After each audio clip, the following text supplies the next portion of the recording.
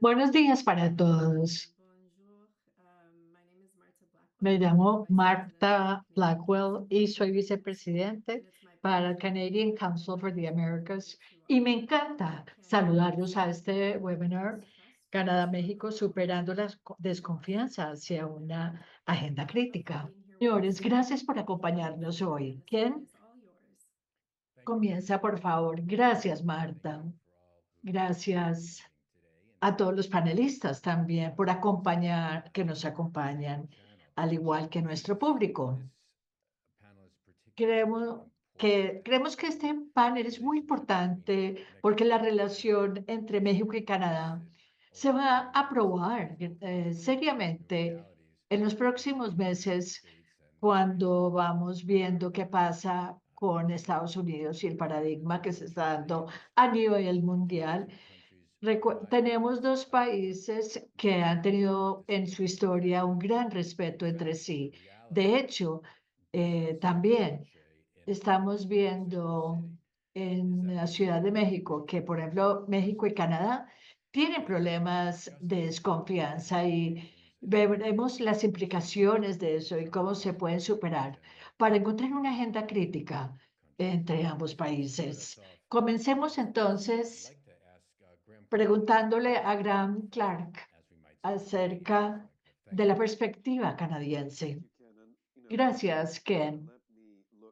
Permítame mirar específicamente qué ha sucedido en los últimos 12 meses con nuestra relación bilateral, porque esa carencia de desconfianza de la que hablas es importante. Hay cuatro eventos que quisiera abordar. El primero es la decisión que tomó Canadá para reimponer una visa a México, porque realmente para México fue un problema porque era el comienzo de su campaña presidencial, pero para Canadá fue una decisión que se tuvo que tomar pese a todos los mensajes que se enviaron a la administración mexicana para evitar imponer esa visa parcial. Por favor, miren la gravedad. Entonces, aquí tenemos una falla de comunicaciones acerca de este tema en ambos bandos. Segundo, es la reforma judicial que la administración mexicana anterior eh, sacó adelante, donde la mayoría de los jueces de de la rama judicial empiezan a trabajar con consecuencias, por lo menos para mí, de que muchos miembros del sector privado canadiense están poniendo muchos problemas con esta administración. Yo hice comentarios públicos acerca de esta reforma que no cayó bien, pero siento que era mi responsabilidad como embajador canadiense de hablar acerca de esta iniciativa tan desastrosa. El tercer punto es la inauguración de la presidenta Sheinbaum y nosotros como Canadá no pudimos encontrar a alguien de nivel suficientemente alto para que fuera esta inauguración. Y creo que fue una falla entendiendo la cultura mexicana con la cultura canadiense. Y último, son los comentarios que hicieron algunos diputados donde esencialmente tiran a México debajo del bus en cuanto a cualquier negociación futura. Básicamente dijeron, vámonos solos con Estados Unidos y olvidémonos de México. Creo que esa combinación de los cuatro elementos que acabo de mencionar y otros que se pueden abordar también demuestran por lo menos la carencia de confianza entre ambas administraciones y países. Qué buena manera de comenzar, Graham. Juan José, ¿qué dices? Gracias, Ken. Me encanta cómo comenzó Graham y permíteme, y estoy de acuerdo con él, pero permíteme hablar de otro tema estructural y lo que considero que es la causa de tanta desconfianza. Yo no creo que la desconfianza viene como tal de eventos que hayan sucedido entre ambos países, sino de factores muy estructurales que tendemos a no ver. Nos encanta creer que Canadá y México son vecinos y socios naturales. Sin embargo, la realidad es otra. Estamos lejos entre sí, sí, estamos en Norteamérica, pero tenemos a un gran vecino de por medio y tenemos, no, los vínculos culturales, los vínculos históricos y sociales entre ambos países son mínimos. Canadá es mucho más cercano a Estados Unidos y Europa y México está mucho más cercano también a Estados Unidos y a Europa que con Canadá. Entonces, y esto nos lleva al hecho, por lo tanto, que la relación México-Canadá siempre es secundaria a la que tenemos con Estados Unidos. No solo secundaria, sino en muchas maneras solo es algo, es un accesorio a lo que tenemos con Estados Unidos. No quiero decir que no es una relación importante, para mí es crítica, es crucial y debe ser estratégica, pero lo que tenemos entre ambos países son fuerzas que en vez de unirnos, nos separan. Y cuando tenemos eventos que nos hacen confrontar, estas fuerzas hacen que cada país mire sus propios intereses. Lo que es nuevo hoy, que está profundizando esta desconfianza entre ambos países, es que la hostilidad de Estados Unidos no es no solo hacia México, sino también hacia Canadá. Y eso cambia todo el ambiente, pero lo que quiero señalar es que la desconfianza es estructural debido a temas sociales y políticos. Pero también hay otro nivel de desconfianza o el origen de desconfianza. Y lo digo con respeto. En Canadá aún hay mucho estereotipo hacia los mexicanos y no son positivos.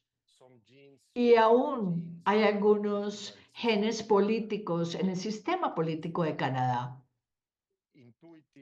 que tienden a creer que Norteamérica termina en Río Grande, que México es una adición anormal. Y todo esto unido es lo que ha provocado lo que dice Ford para que la libertad también. Y eso no es nuevo, siempre lo han dicho diferentes personas y en diferentes puntos de la historia, pero no es por un evento en sí específico, sino por los factores estructurales.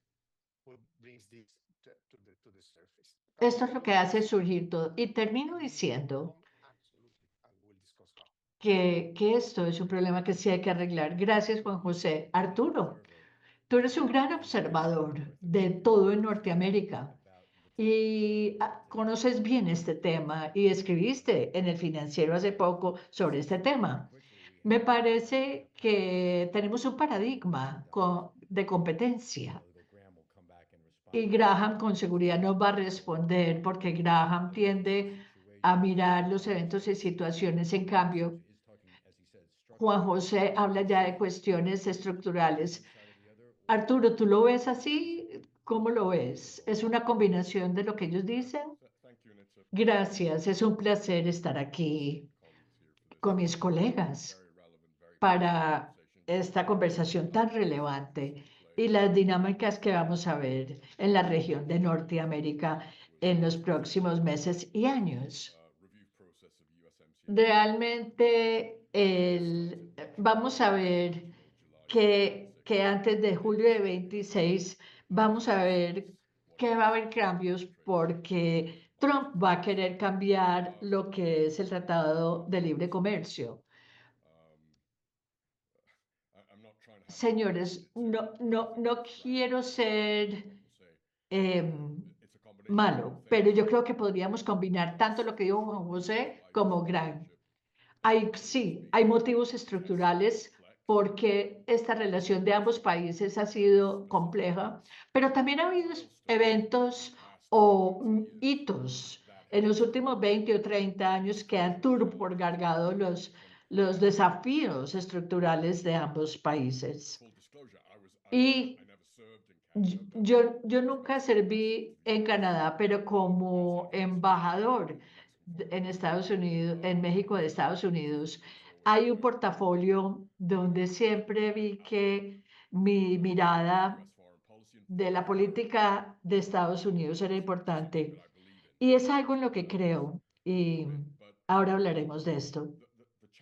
Pero para mí el desafío que vemos es que vivimos cerca de o enseguida de un elefante, pero como he hablado con Mike Wilson en Estados Unidos, que murió hace pocos años, y Gary Doer, que fue el siguiente embajador canadiense, cuando yo viajaba con Gary a Washington, hablando del TPP. Yo siempre decía que teníamos una cosa en común, que vivíamos enseguida de un elefante, pero era estar encima del elefante que debajo del elefante. Pero lo que quiero señalar es que al final del día es la relación de Canadá con Estados Unidos y de México con Estados Unidos que va a tener precedencia antes de la parte trilateral de la agenda. ¿Por qué? Por por los vínculos que hay con Washington y las relaciones comerciales entre México y Estados Unidos y también Canadá y Estados Unidos, como también las dinámicas políticas, comerciales en la frontera entre los tres países y las dinámicas donde tenemos dos países adicionales a lo largo de la frontera Estados Unidos-Canadá y Estados Unidos-México, y realmente que hace que esta relación sea única. Entonces, cuando las cosas se ponen difíciles, la ciudad de México y Ottawa siempre se fijan en su relación bilateral con Estados Unidos. Entonces, sí, lo que dijo Juan José es una dinámica estructural que es difícil de cambiar y de modificar, pero a la vez hay eventos específicos y momentos que hacen que esta relación sea más compleja. Y Graham ya habló de las decisiones recientes y las reformas. ¿Recuerda, Graham? Yo no sé que estabas ahí, pero cuando yo fui embajador en Washington, tu colega canadiense en México trataba de hablar con mensajes muy parecidos de lo que eran las visas en mexicanos. Y los mexicanos, tienes razón, los mexicanos no querían entender lo que Canadá les decía. Entonces llega Mike Wilson y me visita de una parte de Washington a mi oficina y me dice, Arturo, me ha dicho Ottawa para decirte a ver si tú puedes enviar este mensaje a los de Ciudad de México, porque ellos no entienden qué queremos decirles. Y aunque yo comuniqué el mensaje claramente que esto iba a venir, el gobierno mexicano no hizo nada antes de que esto se convirtiera en una verdadera crisis. Otro ejemplo, hablábamos de tirar a México debajo del bus. Y yo creo que esto es una parte de la ecuación muy interesante. Y no solo es una cuestión de percepciones, sino que hay motivos reales detrás de esto. Los mexicanos, y yo soy mexicano, tendemos a creer que cuando las cosas se ponen difíciles, cuando las relaciones bilaterales con Estados Unidos son importantes, Canadá se inclina más a tirar a México debajo del bus que México a Canadá. Y les voy a dar dos ejemplos. Primero, desde el septiembre 11, cuando nos dimos cuenta que teníamos que mejorar los protocolos con las fronteras con Estados Unidos para asegurar, ustedes se acuerdan, todo lo que pasó, estos ataques terroristas, Durante los próximos días se decían que los terroristas entraron por Canadá a Estados Unidos. Entonces vimos que teníamos, México y Canadá, que teníamos que hablar con Estados Unidos de una manera diferente en cuanto al tema de seguridad fronteriza. Y a partir de ahí, el término de la mexicanización de la relación Canadá-Estados Unidos que venía del sector privado al gobierno en Ottawa se convirtió en un mantra. Yo oí a un primer ministro en la oficina oval diciéndole a Felipe Calderón y a Barack Obama, no queremos que nos mexicanicen en Estados Unidos. Y también hubo un par de ejemplos. Usted mencionó lo que pasó con los primeros ministros después de que ganó Trump en noviembre. Pero no es la primera vez que sucedió. De hecho, cuando renegociamos el NAFTA, y usted, Graham y Juan José, ustedes deben de recordar este tema, porque ya estaban en Ottawa. Cuando Trump básicamente le dijo al gobierno mexicano, al diablo los canadienses, vamos a hacer un acuerdo bilateral México-Estados Unidos, porque Canadá no quiere acordar con nosotros. Y el gobierno mexicano dijo, no, no vamos a acabar con Canadá, no. Entonces, en la mente de esos mexicanos que siguen la relación y de oficiales que tienen que ver con esta relación de ambos países, hay un contraste de lo que pasó en noviembre, diciembre del año pasado, con Phil Lemmer, con el premier Robert, diciendo lo que dijeron, y cuando México tuvo la oportunidad de asegurar el Tratado de Libre Comercio, dejando a los canadienses, y México dijo, no, no vamos a acabar con los canadienses. Entonces, esos contrastes también hace que las dinámicas que ustedes se enfrentaron como embajadores en su tiempo hicieron que fuera más complicada la situación en cuanto a cómo los mexicanos han reaccionado con esta relación bilateral. Quiero agregar, Graham, me imagino que quiere responder, pero permítame decir esto. En la última ronda de NAFTA, Canadá la llamaron a decirle de Jared Kushner, el embajador de Canadá, que dijo, bueno, ya hicimos un negocio con México, ¿Canadá quiere entrar o no? ¿Eso no va en contra de la narrativa que acabaste de decir? No. No, Jared Kushner y Like Heister trataron de decir, ya hicimos un negocio con mexicano para presionar a Canadá.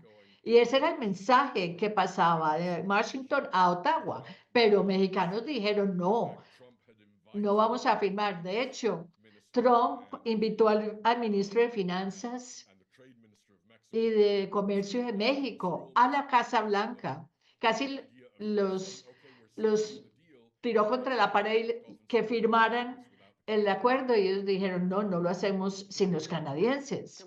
Graham, ¿me permites hablar del tema de la visa, que me parece interesante, de mentes tan diferentes entre ambos países? Arturo, me parece fascinante que estuviste en la misma situación de tratar de convencer a tu propia administración de la gravedad de DeMarsh en la decisión previa para reimponer las visas. Entonces, mi pregunta para Brooklyn y para Juan José y al embajador Zacatecán es, nosotros por el lado de Canadá, ¿qué pudimos haber hecho mejor para convencer a los mexicanos que decíamos con seriedad, tenemos un problema de visas, hay demasiados mexicanos aprovechando nuestras vulnerabilidades en el sistema? Y si eso no se corrige, vamos a imponer visas. ¿Qué pudimos haber hecho o no pudimos haber hecho nada? era inevitable que algo sucediera así, porque me parece que este tema es clave en cuanto a la relación bilateral a futuro. Bueno, por lo que recuerdo, o mi participación mejor en este tema de la visa, recuerdo que estuve 3 años y medio en Ottawa y el tema de la visa estaba todos los días en mi escritorio con las autoridades canadienses y mexicanos. ¿Qué puedo decir yo de este tema? Primero, francamente estoy en desacuerdo que las autoridades mexicanas no escucharon ni entendieron o no querían actuar con respecto a este tema. Creo que entendimos claramente, permíteme, Juan José, creo que para aclarar a aquellos que están escuchando, estábamos hablando de dos momentos muy diferentes. Había una decisión de visa en el 2007, 2008.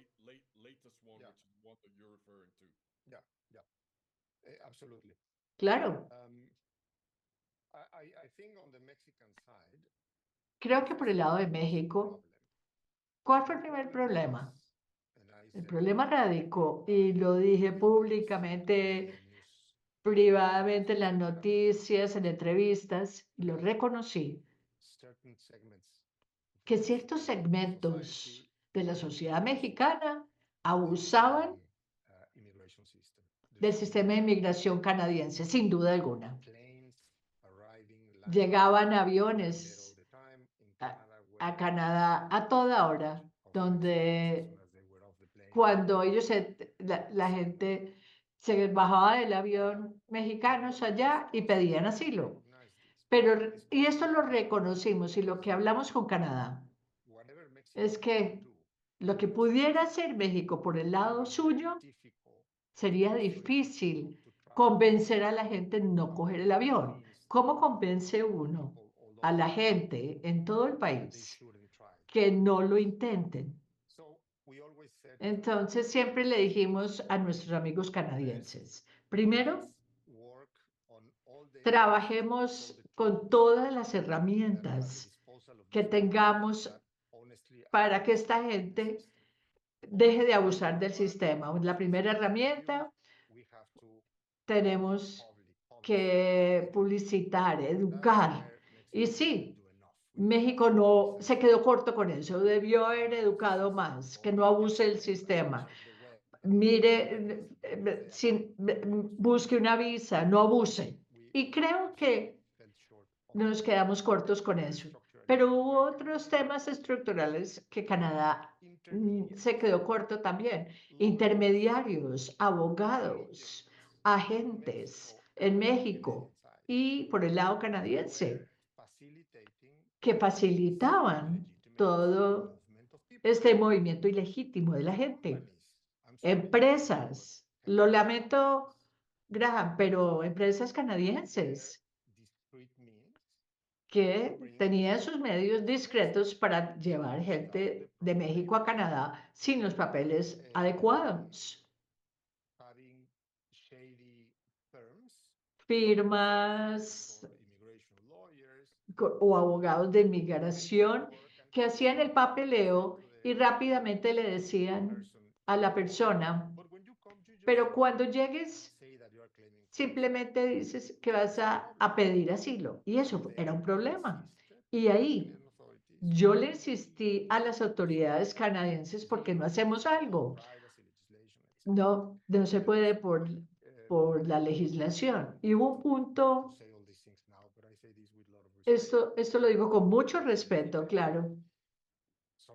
A veces hubo casos de mexicanos indocumentados que operaban equipos enormes en proyectos de infraestructura en el centro de Ottawa sin papeles. Entonces, ya para tratar de concretar el tema, me parece que los temas estructurales desafiantes fueron para ambos países y le decíamos a los canadienses, por favor hagan su tarea también. métanse con el sistema, reduzcan las demoras, enfrenten a estos abogados. Matemos esto, porque lo que quería Canadá era pararlos. ¿Y cómo podemos parar a la gente? Es muy difícil hacerlo. Y también me atrevería a decir, como siempre se lo dije a mis amigos en Canadá, Canadá entendió muy bien que la imposición de visas a mexicanos no fue solo un documento de inmigración, sino que también era un mensaje político, con o sin intención. Y yo siempre dije, no vamos a resolver el problema con la visa, vamos a crear otro. Y yo creo, modestamente, que el motivo para imponer la visa a México no solo era por el problema, era poco manejable, sino que fue una decisión política interna.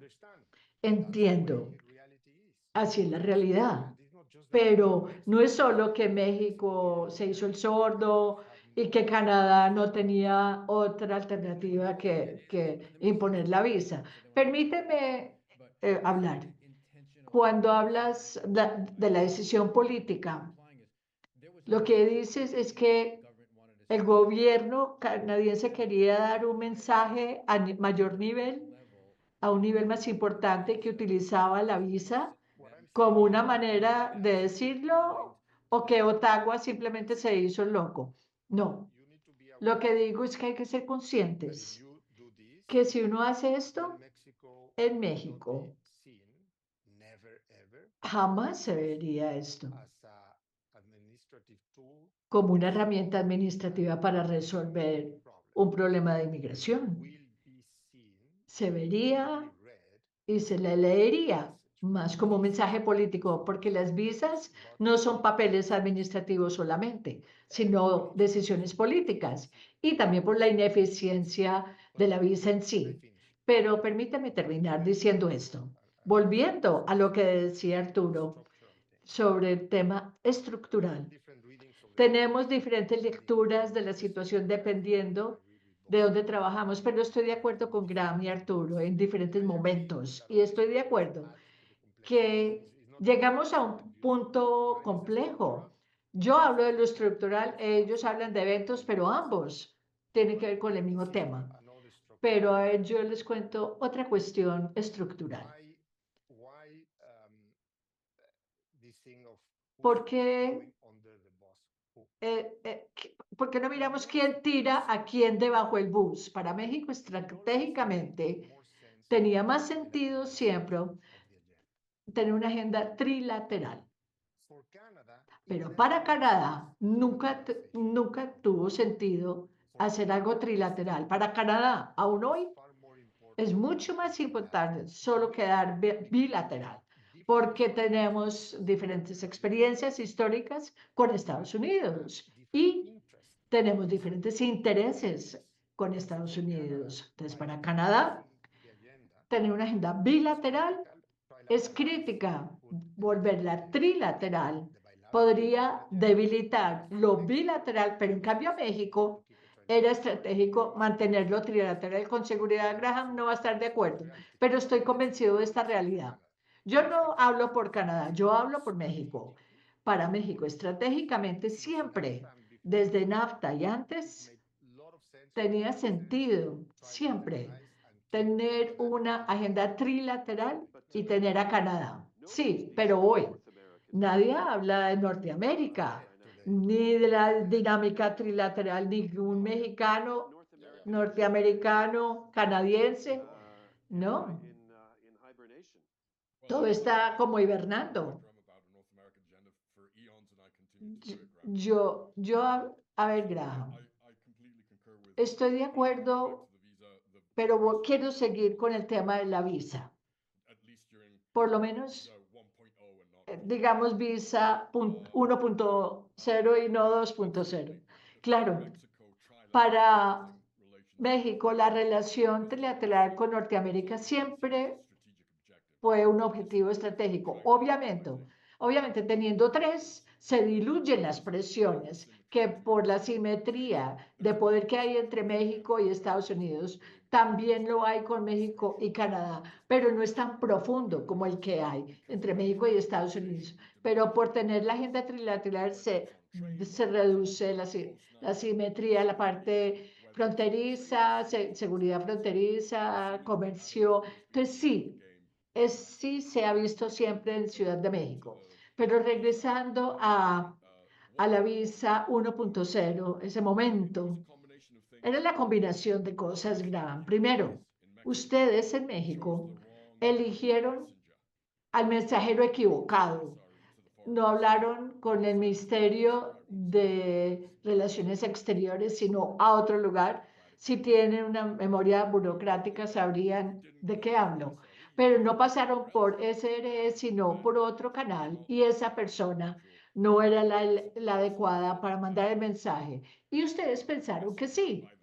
Y cuando yo recibí la visita de Michael, la dinámica ya se había contaminado.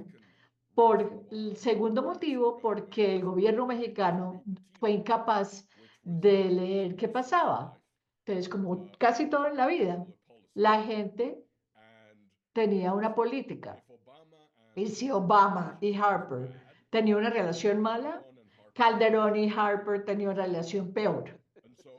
Entonces, Calderón dijo, Harper estaba tratando de ganar puntos políticos y hizo que todo el proceso de toma de decisión en México se complicara. Para mi visa 1.0, la combinación de elegir mal por parte de Canadá con quién hablar en México, quién comunicaría en México el mensaje. Y segundo, la dinámica personal entre ambos líderes en ese momento. Si me permite terminar el tema de visa, hablemos de la visa 2.0. El primer ministro en ese momento quería hablar de este tema con el presidente López Obrador, pero López Obrador no quiso recibir la llamada del primer ministro de Canadá para discutir el tema. Y para mí, eso es emblemático, el hecho que el mexicano no hablara con el canadiense, sin importar la situación. Y voy a estar de acuerdo con lo que dijo Juan José. Es inaceptable que dos países tengan líderes que no quieran hablar de un tema. Estoy de acuerdo completamente con lo que dices, con López Obrador, y realmente que no le gustó el tema de la política extranjera, que nunca visitó a Canadá. Dice mucho de lo que estamos hablando. Estoy de acuerdo. Qué pena, Ken. No importa. Permítame preguntarles. El hecho de que AMLO no tomó la llamada, ¿por qué creen ustedes que fue? ¿Y creen ustedes que fue porque la burocracia se lo recomendó? Porque quizás estamos hablando de puntos de vista en México con, con la burocracia. ¿Qué creen ustedes? En cuanto al tema de la burocracia, yo creí que ellos estaban tratando de facilitar esa llamada. Yo hablé con ministros y todo el mundo realmente pensó que se iba a dar la conversación, pero el presidente dijo, si no le contesto al de Canadá, mejor no hablo con él. Yo creo que eso fue lo que sucedió y al final del día, a mí me dijeron que hablara con el ministro de Relaciones Exteriores de México y no fue una tarea fácil para cualquier embajador dar este tipo de noticias. Yo creo qué pena que, yo creo que la explicación es aún más sencilla. El presidente López Obrador no hablaba con nadie, qué pena. No era porque era Canadá. Él solo hablaba con el presidente de Estados Unidos. Yo no dije que era Canadá. Sí, no, lo que quiero señalar es que yo creo que fue un error. Yo creo, no estoy seguro si el tema de visa se hubiera podido cambiar con esa llamada o no, pero López Obrador no hablaba con ningún otro líder. Y por último, en cuanto a la estructura de la administración mexicana, aún hoy, quizás las cosas son más desafiantes hoy, pero existe un gran esfuerzo para tener una mejor relación con Canadá, sin duda alguna. Por eso insisto en los desafíos estructurales que han dado pie a lo que vemos hoy. Pregunta, señores. No hablemos, no sigamos con el tema de la visa tanto. Parece que, a ver, yo recuerdo que hace poco, hace una década, Canadá también le impuso visas a diferentes países, hasta Chile. Entonces uno llegaba a Santiago y había una fila para extranjeros y otra fila para canadienses. Eso tenía un aviso pues de calavera y había que pagar $100 para ingresar a Chile si uno usaba el pasaporte canadiense. Bueno, ambos países, Canadá y Chile, desde los 70 ya tienen relaciones muy fuertes, pero de lo que hablamos ahora no se convirtió en algo tan horrible como lo que vemos ahora con Canadá y México. Entonces, señores, ¿por qué se convirtió en un punto focal y algo tan difícil? Cuando en otras situaciones para Canadá en Latinoamérica no lo fue tan difícil. ¿Me permite responder? No, Graham. No, Juan José, di tú. Yo quería decir que si este fuera México y Suecia o Dinamarca, sería igual. ¿Por qué con México se convirtió en algo tan horrible? Es que la relación mexicana-canadiense, pese a sus desafíos, tiene gran importancia para ambos países. Y esa importancia siempre crea complejidad. Entonces, sin importar lo que me digas de Canadá a Chile, con seguridad que es muy importante, pero México, Suecia, va a ser lo mismo. Son personas lindas y todo, porque ellos no son tan importantes, no es algo negativo, son fuertes, la cooperación entre ambos países y todo, tenemos inversiones, etcétera. Bien, pero Canadá, México es complicado por Estados Unidos, por la ecuación de Norteamérica, por el NAFTA, porque hablamos de 1.3 trillones de dólares en el comercio. Por eso es tan importante, por eso es tan complicado y por eso todo esto se da. Estoy completamente de acuerdo contigo, Juan José, pero permítame hablar con cifras. Tenemos 3 millones de turistas canadienses que llegan a México. Entonces, ¿realmente le quieres dar una visa a ellos para que se vayan mejor a República Dominicana o a Cuba, donde se pueden quedar en las playas de Cancún? No, soy menos teórico y filosófico que Juan José, pero él tiene la razón, es una relación muy importante y por eso el tema de la visa ha sido tan difícil. Arturo,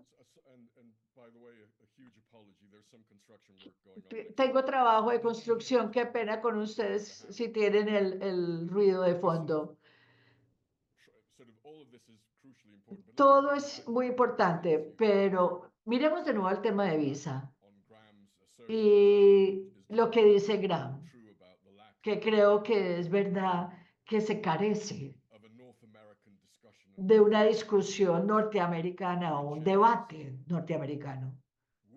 Y es que tenemos una enorme oportunidad de superimpulsar las relaciones norteamericanas de México, Estados Unidos y Canadá. ¿Por qué? Porque tenemos grandes historias. No vamos a hablar de fútbol, que me encanta. No, no, yo fue el que saqué la idea de tener una Copa Mundial de Estados Unidos-México, pero con Barack Obama y por las dinámicas que él tenía con PM Harper, él esperaba a que llegara a la Casa Blanca. Dijeron, no, ¿de qué tema hablamos con él? Que sea bien bonito. Y yo le dije a él, hablemos con la Federación de Fútbol de Estados Unidos y México, porque no propones que también tengamos a Canadá en eso para el 2026. Pero quiero tocar este tema porque tenemos un ingreso global con Estados Unidos. Ustedes tienen nexos con Estados Unidos, pero no tenemos un programa para norteamericanos de viajes fáciles. Realmente debemos de transformar nuestros programas de viajes entre los tres países, donde pudiéramos eliminar esto de las visas, que es un tema que aparece cada 10 años entre los tres países. Tenemos que tener un programa de viajes donde tengamos personas de los tres países, por ejemplo, en la Copa Mundial de Fútbol, donde pueda la gente viajar entre los tres países. Lo que sugiero es que esa Copa Mundial, en cuanto a un programa de norteamericanos, ¿cómo podemos diseñar una estrategia diplomática de los tres países para poder realizar conjuntamente en cada país, para enviar un mensaje a la gente de los tres países sobre la importancia de la relación trilateral, pero también hay que comunicarle al resto del mundo por qué Norteamérica es una construcción tan importante para el sistema global. Entonces, señores, al principio, Ken habló de las oportunidades para adelante, pero si perdemos esta oportunidad que tenemos de aprovechar la Copa Mundial de Fútbol, pensando en la cruces por tierra, programas de viajes, diplomacia para explicarnos ante el mundo. Si no lo hacemos, perdemos una gran oportunidad. Y el problema es que cuando hablo de este tema, los canadienses, mexicanos y estadounidenses, ay, sí, sí, sí. Y yo lo he dicho en los últimos 3 años, y el hecho que nos falta un año antes de que comience esta Copa Mundial en la Ciudad de México en junio del año entrante, y el hecho que no ha habido movimiento alguno entre los tres países, me hace pensar que no hay una disponibilidad, una disposición mejor, porque realmente con esto debemos de impulsar nuestra relación. Gracias, Arturo.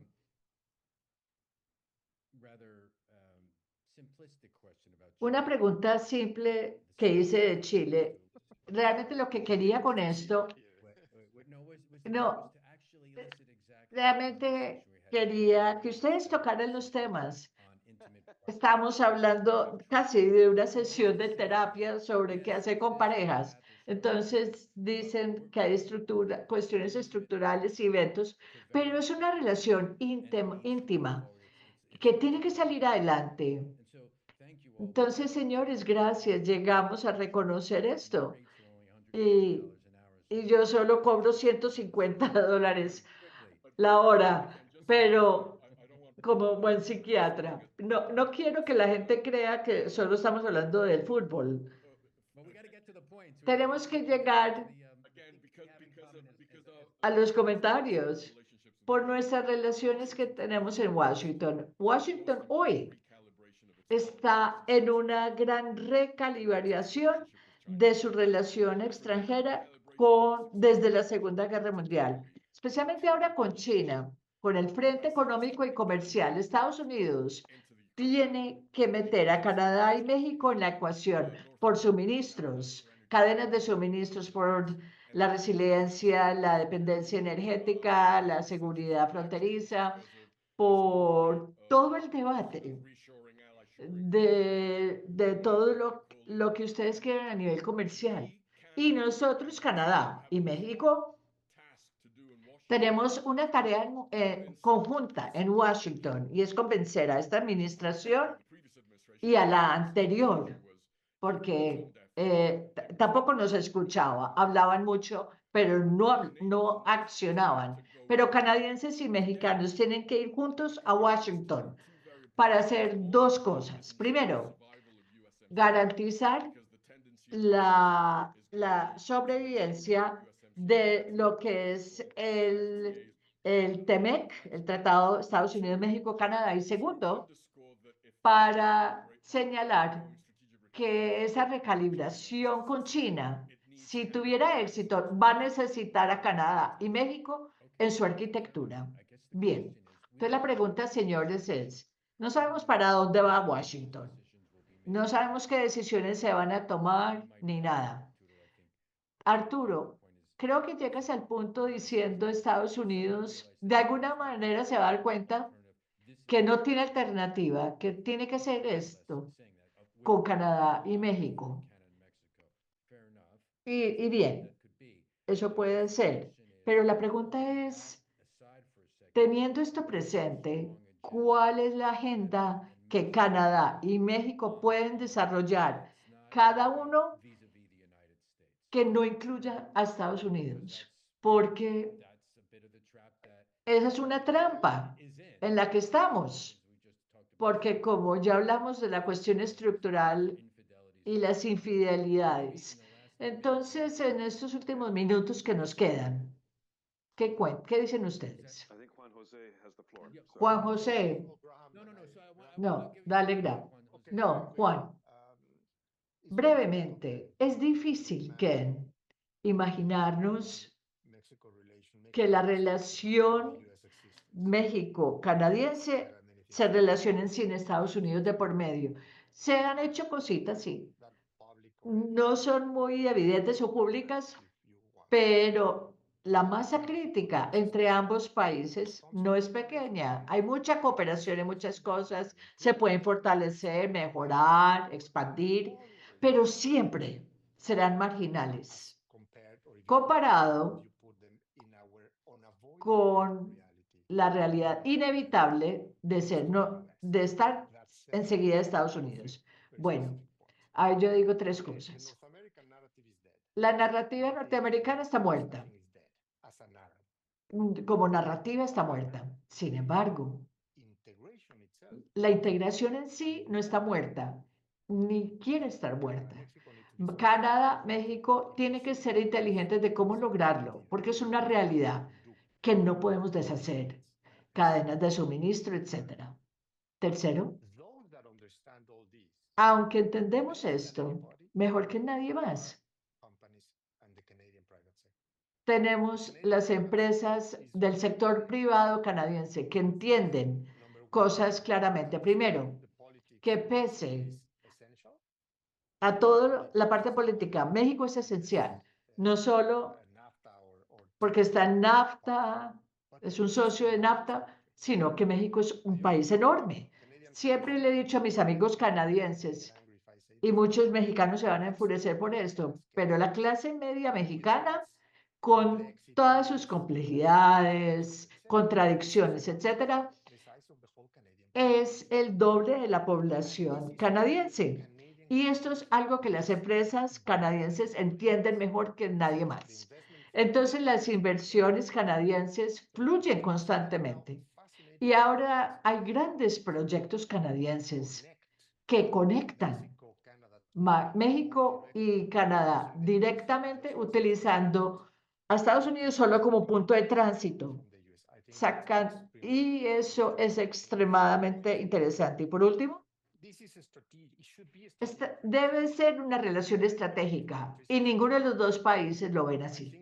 Creo que lo único que debe suceder y que pudiera cambiar mucho es que si Sheinbaum y Cartney hablan, se entienden y toman decisiones. Yo les puedo garantizar que si estas conversaciones se dan entre ambos líderes, no pro forma, sino una conversación realmente entre ambos, que entiendan los beneficios de esta relación.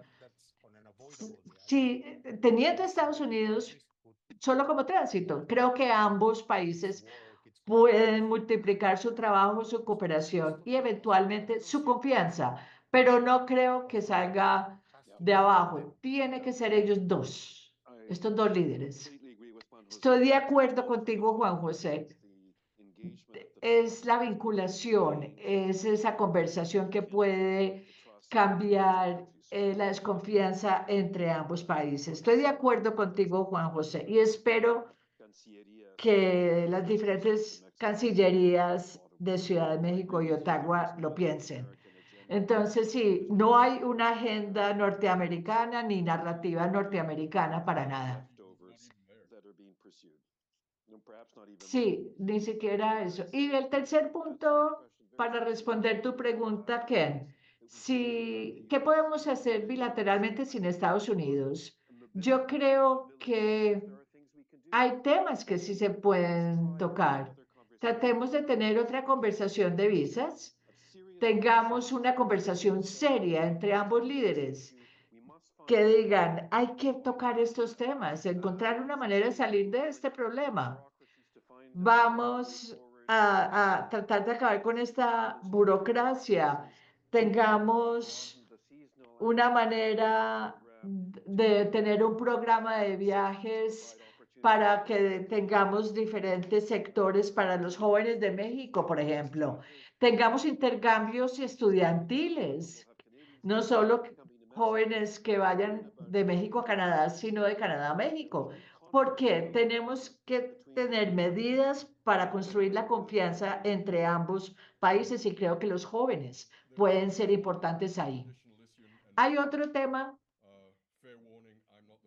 y claro que yo no soy del grupo que piensa en lo multilateral, pero sí creo que podemos construir una relación más fuerte entre México y Canadá. Es tener temas multilaterales. ¿Por qué? Durante mis más de 20 años en el Ministerio de Asuntos Exteriores, yo siempre he pensado que hay que tener la capacidad de trabajar con Canadá, un país que ha tenido un papel histórico tan importante para que profundice la conectividad entre ambos países. Entonces, sí, hay muchas cosas en el frente bilateral formal, movilidad de trabajadores, temas de energía. Claro, siempre y cuando el gobierno de México no cambie completamente sus políticas de energía. Pero sí, hay una profundización que se pueden dar y una mayor vinculación entre ambos países. Pero el problema de nuevo aquí es lo que hemos dicho directamente, es que los 6 años de legado que el gobierno actual mexicano tiene, y es un gobierno que simplemente México generalmente toca las cosas de frente, pero Obrador ni siquiera se metió al ring de boxeo. Entonces, que el espacio multilateral puede brindarle a ambos países algún grado de profundización y expansión de nuestra agenda bilateral. Nos quedan 5 minutos, señores. Toquemos la colaboración multilateral. Uno lo mira y dice, ambos países van en direcciones opuestas en cuanto a derechos humanos y democracia. Hace poco una reunión entre Sheinbaum y Canadá y otras áreas de las que pudiéramos hablar. Entonces mi pregunta para ustedes, señores, y McCartney está hablando de derechos humanos y democracia, la retórica es diferente y las acciones multilaterales también. Te la pregunta, ¿realmente hay un fundamento para ese tipo de colaboración sobre esos temas entre Canadá y México? ¿Y hasta dónde? En democracia y derechos humanos, no, no en el hemisferio. Este gobierno va a seguir, va a ser muy amigo con Canadá, con Venezuela, Nicaragua, pero va a trabajar con México porque Chávez básicamente no está totalmente financiado, sino que le dio mucha plata a El Salvador en su campaña presidencial en el 2006. Sin embargo, sí hay otros temas multilaterales donde los mexicanos y canadienses pueden hablar, el G20, Naciones Unidas, el EPAC, donde creo que sí puede haber una mayor oportunidad para tener una conversación y una convergencia entre la diplomacia multilateral canadiense y mexicana. Dime, Graham. Estoy de acuerdo con Arturo. Yo creo que muchos funcionarios canadienses quieren tener una agenda hemisférica con México, pero estoy de acuerdo con Arturo, es muy cargado, es muy complejo y hay que buscar la convergencia multilateral en otras áreas del mundo, en otros hemisferios. No me parece que se va a dar en este hemisferio. Juan José, tú fuiste el representante de México ante Naciones Unidas. Cuéntanos, ¿cuál podría ser el fundamento para temas multilaterales? Fui el embajador en Naciones Unidas y en Ginebra y trabajé mucho con Canadá, pero lo más interesante de todo es que una de las mejores expresiones con las limitaciones, desafíos y contradicciones que hay. Una de las cosas más interesantes es que el escenario multilateral fue lo mejor de que donde Norteamérica pudiera trabajar unida. Sí, hay cosas, estamos en desacuerdo entre los tres países, pero la comunicación entre los tres países, la amistad como países, las operaciones colectivas, la información, compartir ideas, reflexiones, cuando se pudiera, era increíble. El desafío adelante radica en que no sabemos qué va a pasar con el multilateralismo. Hay una pregunta total. ¿Qué va a hacer Estados Unidos? ¿Y cuál va a ser el efecto en el escenario multilateral con el nuevo Estados Unidos? Vamos a ver qué pasa ahí. México y Canadá, de nuevo, tienen limitaciones.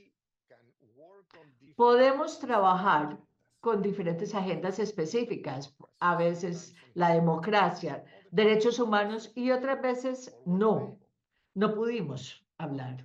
¿Por qué? Porque tenemos puntos de vista muy diferentes en diferentes temas y no tiene que ver con la desconfianza, sino con la historia. Tiene que ver con la manera como vemos el mundo, cómo entendemos el planeta. Y cuando hace esas preguntas, México y Canadá son muy diferentes, porque nuestra experiencia histórica y la geografía de cada país es diferente. Teniendo eso presente, trabajamos en la reforma del Consejo de Seguridad, en la inmigración, en tecnologías, en desarmamentos, ahora en mantener la paz. Entonces, trabajamos juntos en estos temas y creo podemos seguir trabajando juntos.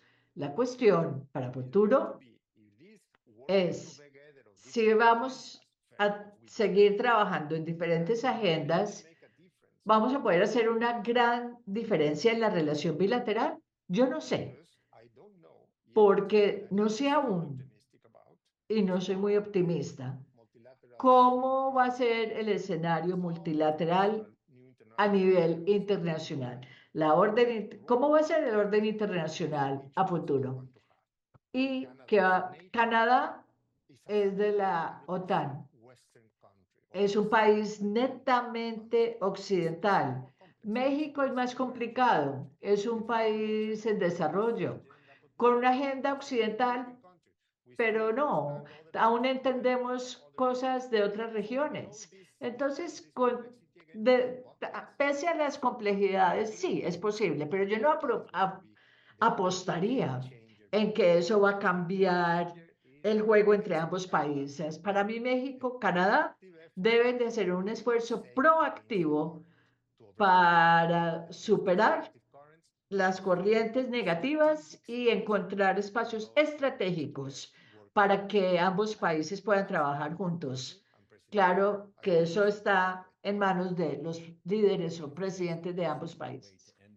Qué buena manera de terminar esto, Graham, Arturo, con su permiso. Terminamos con estas últimas palabras de Juan José. Qué gran responsabilidad que me has dejado. A los tres, muchas gracias. En las sesiones de terapia duran 1 hora y ya estamos terminando, pero vamos a ser muy activos en tocando este escenario y tener funcionarios altos de Canadá y de México para que escuchen esto. Señores, gracias. Marta, cierra por favor. Gracias, Ken. Gracias, embajadores. Qué maravilla tenerlos. Quiero recordarles que la grabación de esto va a salir en YouTube, en CC, bien sea esta tarde o mañana. Y quiero que por favor entren a nuestro sitio web para que vean nuestros eventos a futuro. Tendremos, por ejemplo, elecciones de Colombia y Chile que vienen pronto. Entonces, de nuevo, esperamos verlos en nuestros próximos eventos del CCA. Muchas gracias.